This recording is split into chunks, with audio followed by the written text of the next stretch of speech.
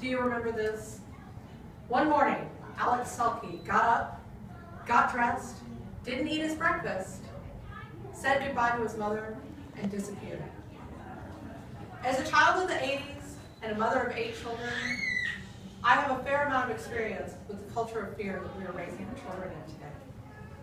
I've managed to step back from the ledge and let my children test their boundaries in healthy, manageable ways that have rewarded us with a measure of mutual trust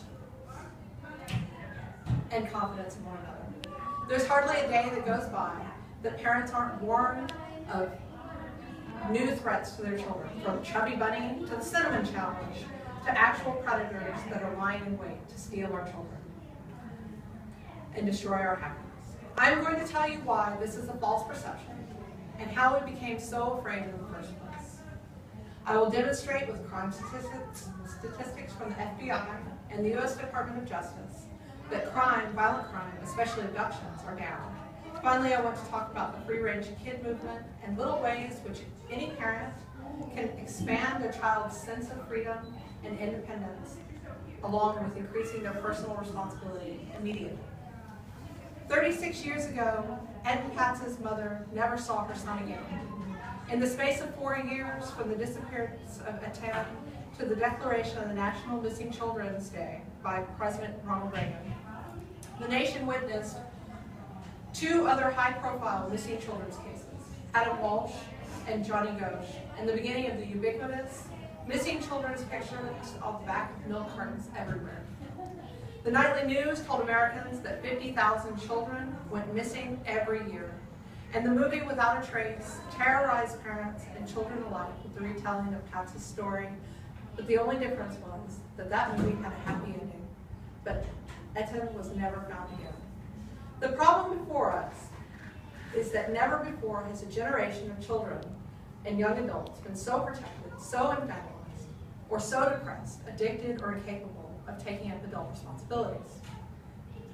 Parents are overestimating danger and underestimating their kids. Fear of virtually every possible thing has caused us to leave our kids inside, hostages to technology, just so that we can quell our anxiety. Times have changed. We live in a time of the internet, cybercrime, and online predators. Cable news breaks a new crime every day in real time. Lenore Skenazy, the original free-range mom, is the first to tell us times indeed have changed. Televised depictions of childhood in America's longest-running and most beloved television show, Sesame Street, show us that clearly. In 2015, Sesame Street introduction shows children at the park equipment in the background, the children are drawing with chalk on the ground and imagining Sesame Street. The characters come to life. Elmo zooms by on his scooter with his knee pads and a helmet. But in 1978, a gang of kids and Barkley the dog head to the park. The kids are running down the street, unaccompanied, but they're hand in hand with one another to get to Sesame Street. Children are swimming alone, playing alone, and generally having a great time without an adult in sight. Now, due to the fear of litigation, few televised programs would be comfortable showing children in that kind of atmosphere. In 1969, 48% of children 5 to 14 years of age usually walked or biked to school. The National Children's Center of Safe Routes to School said in 2011. In 2009, 13% of children 5 to 14 actually walked or took their bicycle to the bus. Fewer than 6% of children actually play outside alone. And yet, all crime is down. According to the Christian Science Monitor, crime is as low as it was 40 years ago. But what about those 50,000 kids that we were told had been abducted every year?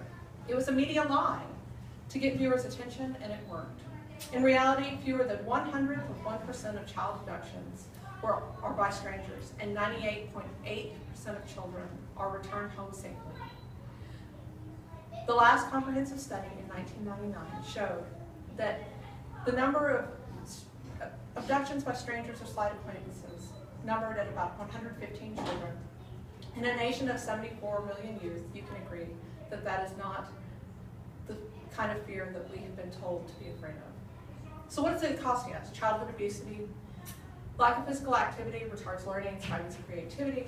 70% of millennials are reporting depression at work, addiction to technology, and they don't take risks, which leads to lack of leadership. This is what has given us the first generation post-a-town. So what can I do so that my kids don't turn out like duds? Chin-ups, chores, independence in nature, unsupervised play.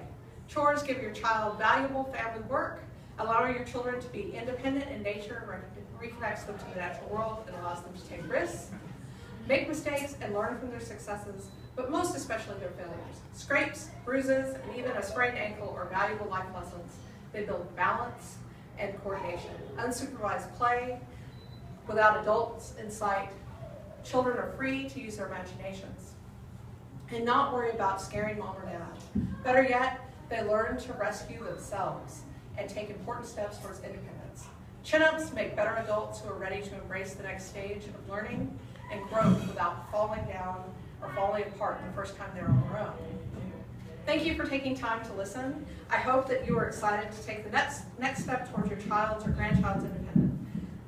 Let your child design an independent task that he or she might be ready to take herself. Make sure they get your approval and let them execute their plan. Once they have lived to tell the tale, have them write it down or dictate their adventure to you. Independent tasks might include walking the dog, loading the dishwasher, getting themselves up in the morning, getting completely dressed without mom or dad's intervention, or making a family meal. In our family, the first steps towards childhood independence are chores. If I can rely on you to follow through on a task like loading the dishwasher or walking the dog, I can trust you to walk to the neighborhood park or to McDonald's to get a 45-cent ice cream cone.